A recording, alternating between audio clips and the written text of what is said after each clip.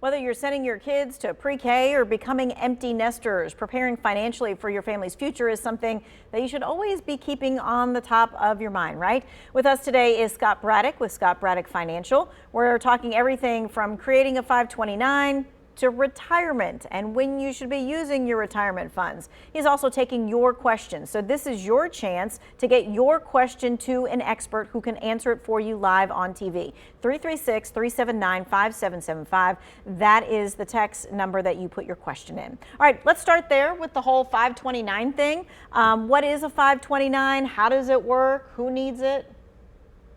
Sure. So the 529 plan is a very popular plan that parents, sometimes grandparents, use in order to help pay for college expenses for their future student. And this is a great opportunity to invest the money. There's certain options that are allowed within a 529 that you can invest in, and you can add money. And eventually, when your child does go to college, they'll have this wonderful vehicle that they can tap into tax-free to use towards qualified education expenses. And it's just an excellent way to save on taxes and also grow a nest egg into something that can be really impactful to hedge against all those expenses that that our students and us as parents face when it comes to those college expenses. Is it ever too late to start a 529? I would say that if your student is just about, to go off to college or some higher education, it may be a little too late to really take advantage of the tax savings and the growth potential in those 529s. But I always like to say it's never too late. There's always an opportunity to save and put away money for expenses. Yeah, so elementary, middle, even if they're starting high school, at least you're getting the ball rolling on some money instead of no money. That's absolutely the idea. That's the right mindset. Okay, so this is a popular thought. Many parents use their 401ks to pay for their child's college education. Should we be using the 401 money to pay for college? Well, I'm a firm believer that the answer there is no. Not under any circumstances should we tap into our own future retirement in order to pay for a child's college tuition. There are plenty of loans, different types of loans that you can get for college. However, there is still no loans out there for retirement. So really want to focus on that 401k being just for your future retirement. There's other ways to tackle the expenses of college. Okay, with that said, a lot of people would ask, okay, so then what is the best time to use my 401k? And what is the best purpose for using my 401k? Because some people borrow against their 401k for house renovations or things of that nature. Right, so the best time to use the 401k is going to be in retirement. For most folks, pensions have faded away, so they've been left to save for their own retirement. Most folks have chosen the 401k to be that retirement savings vehicle, but one day you're going to need to have income. That once you retire, you're going to want income.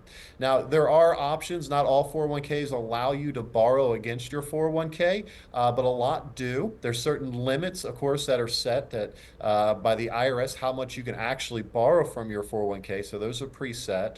And you can do that and avoid a 10% penalty if you're younger than 59 and a half and avoid taxation. However, you do have to pay the loan back, and there are lost cost opportunities when you do that as well because the money's not invested anymore. Okay, so since we're on the topic of retirement now instead of college planning and things, let's talk about the different types of retirement accounts that there are, and can you have more than one? So I mentioned the 401k because it happens to be the most popular retirement vehicle out there today. However, there's also other retirement vehicles after we've potentially maxed out our 401k and we want to look for other options. We have the traditional IRA. So we can invest in a 401k and a traditional IRA outside of the employer's plan. And then there's also the Roth IRA as well. And the big difference between the traditional IRA and the Roth is taxes. So with a traditional IRA, that is going to grow tax deferred. And one day in the future, you're going to be forced to take out what's called a required minimum distribution.